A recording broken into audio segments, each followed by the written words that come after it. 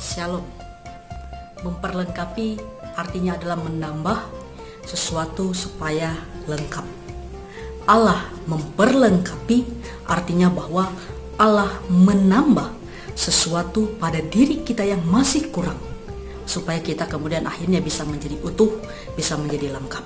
Nah, dengan demikian maka sebenarnya harus kita ingat bahwa kita adalah manusia yang sudah diciptakan dengan sungguh amat baik.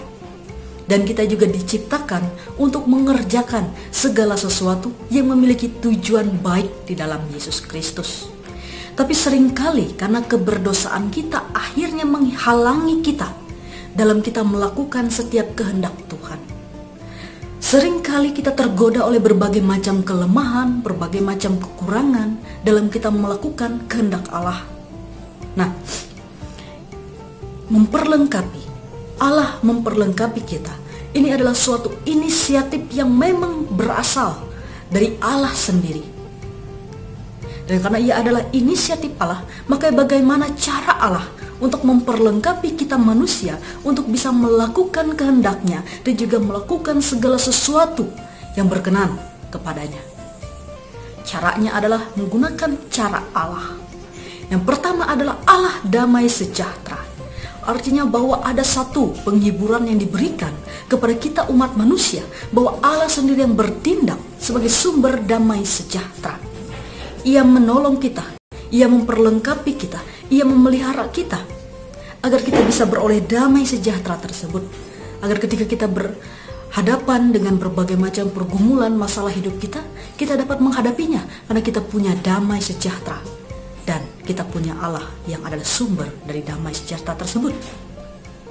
Yang kedua tentu saja adalah Allah adalah damai sejahtera yang menerima pengorbanan Yesus di kayu salib sebagai jembatan bagi kita untuk kita bisa berdamai dengan Dia.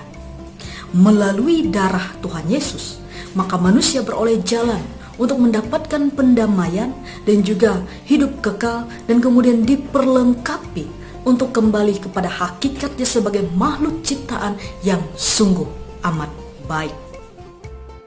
Untuk berbuat baik, tidak semua orang bisa menerimanya dan menganggap itu sebagai sesuatu yang baik. Harus kita akui bahwa seringkali tanggapan orang atau tanggapan dunia ini ketika kita berusaha untuk hidup benar, hidup lurus, hidup melakukan perbuatan baik yang berkenan di hadapan Tuhan, seringkali tanggapannya tidak begitu bagus. Dianggap pencitraan, dianggap modus, dianggap munafik, dan lain sebagainya. Bahkan ketika kita berusaha untuk berbuat jujur, menolak ketidakadilan, menyuarakan kebenaran, malah dianggap bahwa kita sok-sokan, tidak mencari keuntungan diri sendiri, rugi katanya. Tetapi ketika kita berdiam diri malah disebut kita tidak peduli, kita tidak punya hati terhadap setiap ketidakpedulian, terhadap setiap ketidakadilan, ketidakbenaran. Serba salah. Inilah godaan yang mengharuskan kita untuk diperlengkapi oleh Allah.